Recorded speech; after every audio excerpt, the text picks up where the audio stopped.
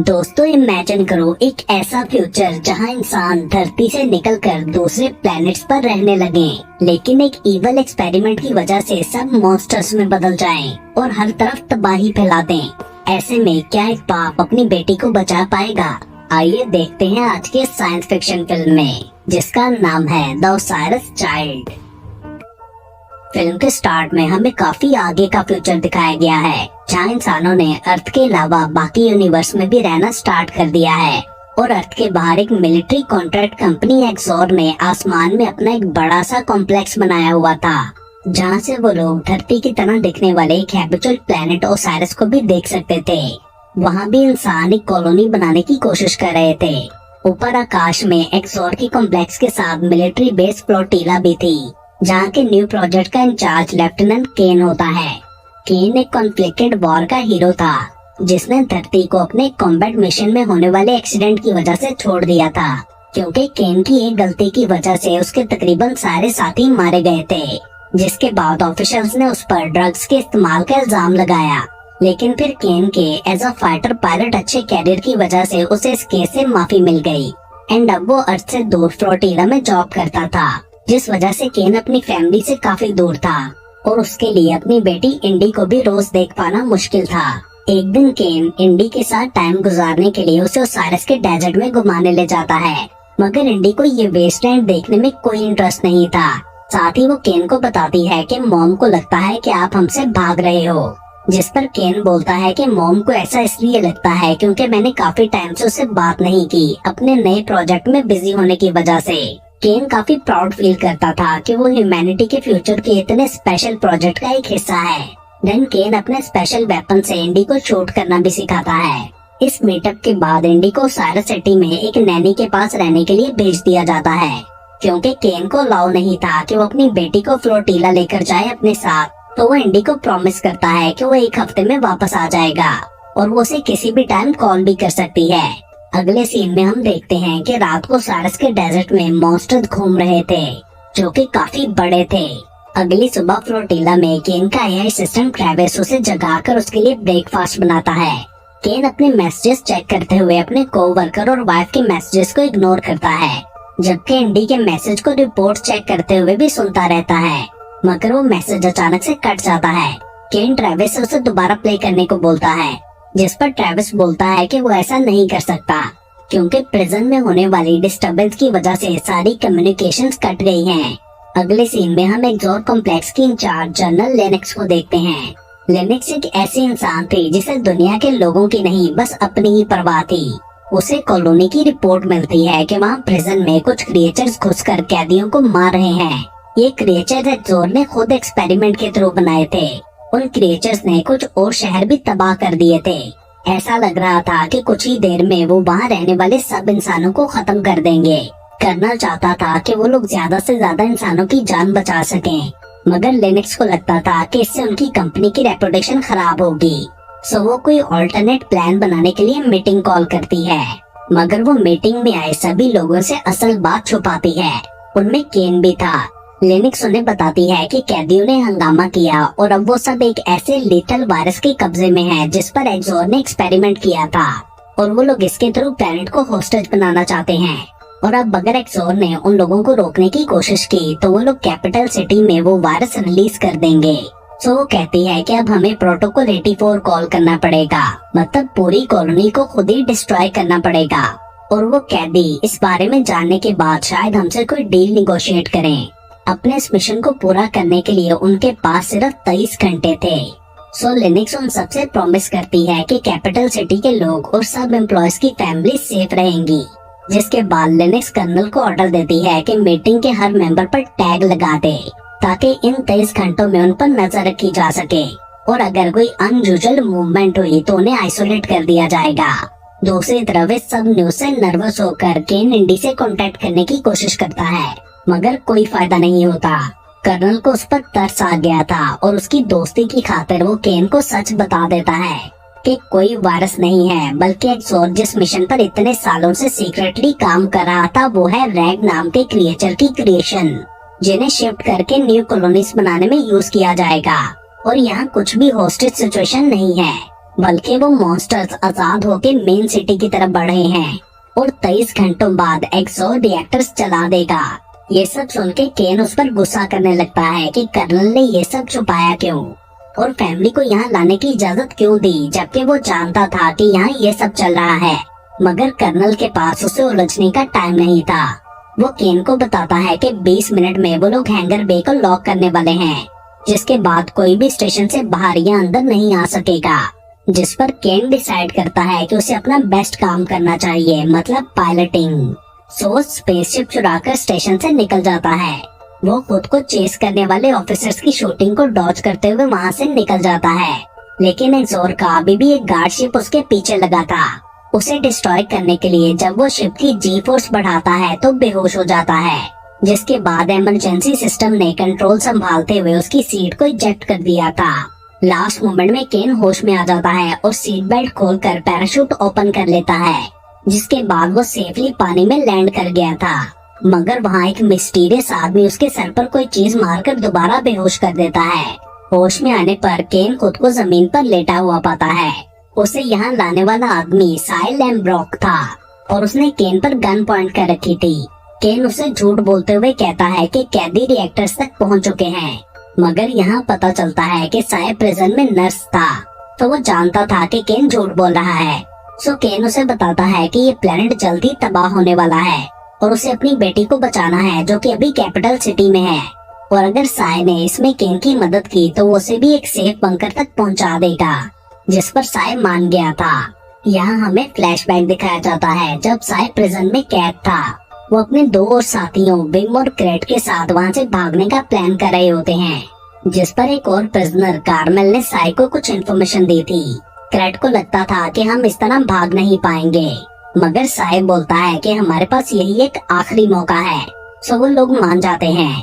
कैदियों का एक और ग्रुप भी इस प्लानिंग में उनके साथ था। अब प्लान का नेक्स्ट स्टेप ये था कि उन्हें अलग अलग सेल में होकर एग्जिट का रास्ता ढूंढना था। मगर कार्मेल को वार्डन मॉर्डेन के साथ मीटिंग के लिए भेज दिया जाता है, जो उसके रिलीजियस होने के लिए मजाक उड़ाता है और उसे काफी मारता भी है। दूसरी तरफ साय मैस हॉल में एक कैदी से फाइट स्टार्ट कर देता है, जहां गार्ड्स और मॉर्डेन भी पहुंच जाते हैं, मगर उन्हें रोकने की बजाय मॉर्डेन फाइट कंटिन्यू करने को कहता है। लेकिन प्लान के अकॉर्डिंग क्रेट भी इस लड़ाई में कूद पड़ता है और सभी लोग आपस में लड़ने लगते हैं। तभी गार्ड्स आके बढ़कर उन्हें रोकते हैं और सब कैदियों को सॉलिटरी में भेज दिया जाता है, जो कि उन लोगों का ही प्लान था। वो सेल्स रोटेट करते थे और उनमें एक स्पेशल फ्लैश लाइट लगी थी। लेकिन कुछ टाइम बाद मॉर्डेन साय और विम को सेल्स में से निकाल कर ले जाता है किसी स्पेशल मकसद के लिए। अब हमें प्रेजेंट का सीन दिखाया जाता है, जहां साय बोलता है कि वो लोग टाइम पर कैपिटल सिटी नहीं पहुंच पाएंगे, मगर केन कहता है कि माउंटेन्स के पीछे उन्हें एक जगह व्हीकल मिल जाएगा जिससे वो पहुंच जाएंगे। तभी वहां से एक शिप गुजरता है और वो लोग छुप जाते हैं। मतलब एक्सोर वाले अभी तक केन को ढूंढ रहे थे। कुछ देर बाद वो दोनों एक बार में पहुंच जाते हैं, जहां एक कपल गायब और बिल फन कर रहे थे। बार ओनर केन को बताती है कि इस कपल के पास बस है जो वो उनसे ले सकते हैं। केन उनसे बात करता है तो वो गुस्सा हो जाते हैं कि हमारी गेम को इंटरप्ट क्यों किया। गायब ने उसकी नेक पर चाकू भी रख लिया था। तभी साय उन्हें बताता है कि केन एक्सोर में काम करता है और अपनी फैमिली को मिलने जा रहा है और आपकी बस हायर करने के बदले $20,000 पे करेगा। ये सुनकर बिल बोलता है कि अगर केन ने गायब का टेस्ट पास कर लिया तो वो अपनी बस दे देगा। टेस्ट ये था कि केन को नशा करके टारगेट पर नाइफ फेंकनी होगी। केन का निशाना काफी पक्का था, तो वो टेस्ट पास कर लेता है, जिसके बाद बिल और गायब उन्हें अपनी बस में ले जाते हैं। देन हमें दोबारा जेल का फ्लैशबैक दिखाया जाता है, जहां विम होश में आने पर खुद को एक पिंजरे में पाता है और एक मॉन्स्टर उसकी तरफ बढ़ रहा था। देन वो क्रिएचर अपनी जीभ के साथ विम को टच करके उसके अंदर कोई सब्सटेंस इंजेक्ट कर देता है। दूसरे रूम में साय भी पिंजरे में था और वो विम की चीखें सुन पा रहा था। पास खड़ा मॉर्डेन उसे बताता है कि कैसे एक्सोर कैदियों को म्यूटेट करके उन्हें मॉन्स्टर बना रही है। ये क्रिएचर्स किसी भी तरह की एवोल्यूशन और किसी भी तरह के एनवायरनमेंट को अडॉप्ट करने के काबिल हैं। तभी अचानक नीचे फ्लोर ओपन होने से शायद दूसरे रूम में पहुंच जाता है, जहां कैदी बोस्टॉक उसका वेट कर रहा था। उसके पास भागने का प्लान था। उसने फेक आईडीज और कपड़े भी ले लिए थे और साय को वो नर्स का फेक आईडी देता है। तभी वहाँ क्रेट आकर बोलता है कि उसने डेविल्स को खुला छोड़ दिया है, मतलब मॉन्स्टर्स को, सब कैदी उनसे डरकर भागने लगते हैं। उनमें अब एक म्यूटेटेड विम भी था जो मॉर्डन को मार डालता है। बोस्टो, क्रेट और साय प्रिजन से बाहर निकल आए थे, मगर साय उनके साथ कैपिटल सिटी नहीं जाता क्योंकि उसे ओपरा जाना था। उसके बाद हमें 2 साल पहले अर्थ का टाइम दिखाया जाता है, जहाँ साय को बताया जा रहा था कि उसे 15 या 20 साल के लिए जेल भेजा जाएगा क्योंकि उसने कोड ब्रीच करके पब्लिक ट्रस्ट को तोड़ा है। देन हम वापस प्रेजेंट में आते हैं, जहाँ केन और साय किसी से वेपन्स लेने आए थे। मैंडल और जोयो ने उनके ऑर्डर किए गए वेपन्स ला कर देते हैं। $30,000 की पेमेंट करने के बाद वो लोग वहाँ से निकल जाते हैं। जोयो और मोंडल इतने पैसे पाकर सेलिब्रेट कर रहे थे कि तभी वहाँ मॉन्स्टर्स पहुँच जाते हैं। 2 मॉन्स्टर्स को तो किसी तरह उन्होंने मार डाला था, मगर बाकी उनके रूम में घुस आए थे। सो जोय ग्रेनेड चला देता है। दूसरी तरफ केन बस में उन सबको मॉन्स्टर्स और रिएक्टर बॉम्ब के बारे में बताता है, जो कि 4 घंटों में फटने वाला था। प्लेनेट के कैपिटल ओसाइरस तक पहुंचने पर वो लोग देखते हैं कि वहाँ हर तरफ मॉन्स्टर्स फैल चुके थे, जो लोगों को मारकर उन्हें भी म्यूटेट कर रहे थे। सो वो लोग अपने वेपन्स निकाल लेते हैं। उनका प्लान था कि केन और साय इंडी को ढूंढने जाएंगे और बिल और गायप उन्हें कवर देंगे और बस को भी प्रोटेक्ट करेंगे। उन्होंने पास आने वाले सब मॉन्स्टर्स को मार डाला था। उधर केन और साय इंडी की बिल्डिंग में जाते हैं, जहाँ एक नेबर उन्हें बताता है कि मैंने इंडी को नहीं देखा।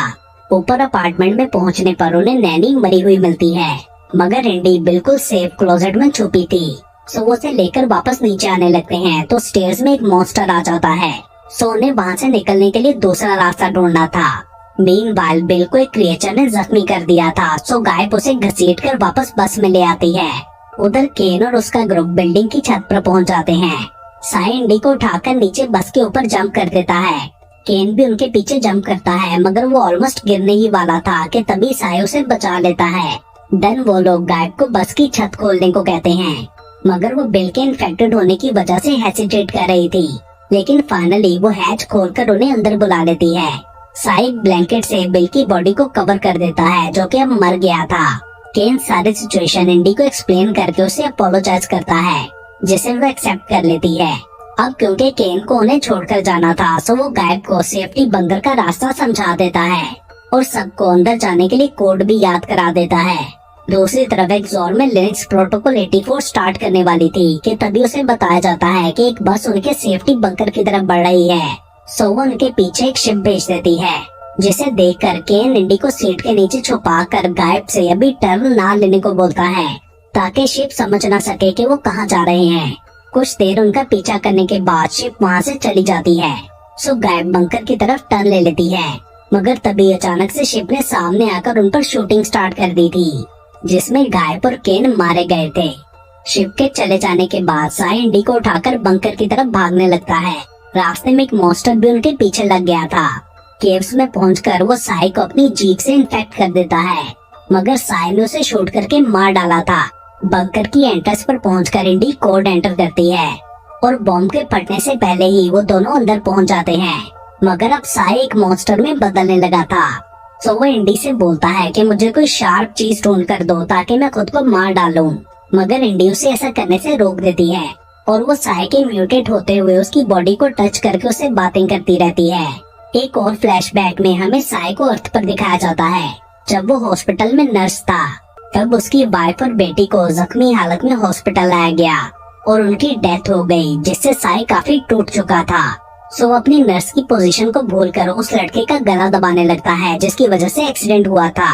तभी सिक्योरिटी वाले वहां आकर उसे रोक देते हैं और इसी वजह से साय को जेल भेजा गया था। अब प्रेजेंट टाइम में एक्सप्लोजन को बहुत से दिन गुजर चुके थे। 2 एक्सप्लोरर्स बंकर को ढूंढ लेते हैं, जहाँ केव में उन्हें इंडी स्पेस सूट पहने खड़ी दिखती है। तभी मॉन्स्टर बना साय उन पर अटैक करके एक एक्सप्लोरर को मार डालता है, मगर तभी इंडी उसे रोक देती है ताकि वो दूसरे से इंटेरोगेट कर सकें कि यहाँ क्या चल रहा है, जिस पर वो बताता है कि फ्लोटिला को वापस अर्थ ले जाया जा रहा है। एक्सोर वालों ने सबको यही स्टोरी सुनाई थी कि कैदियों ने हंगामा करने के बाद रिएक्टर्स का कंट्रोल संभाल लिया था, जिसकी वजह से ये सब तबाही हुई। इंडी उससे कहती है कि अगर तुम जिंदा रहना चाहती हो तो हमें फ्लोटिला में ले जाओ। उस लेडी के पास ये बात मानने के अलावा और कोई रास्ता नहीं था, सो वो उन्हें अपने साथ शिप में ले जाती है। इंडी साय से साइन लैंग्वेज में बात कर रही थी कि हम फाइनली अपने घर वापस जा रहे हैं। साथ ही वो अपने डैड को गुड बाय बोलती है और इसके साथ ही ये मूवी यहीं पर खत्म हो जाती है।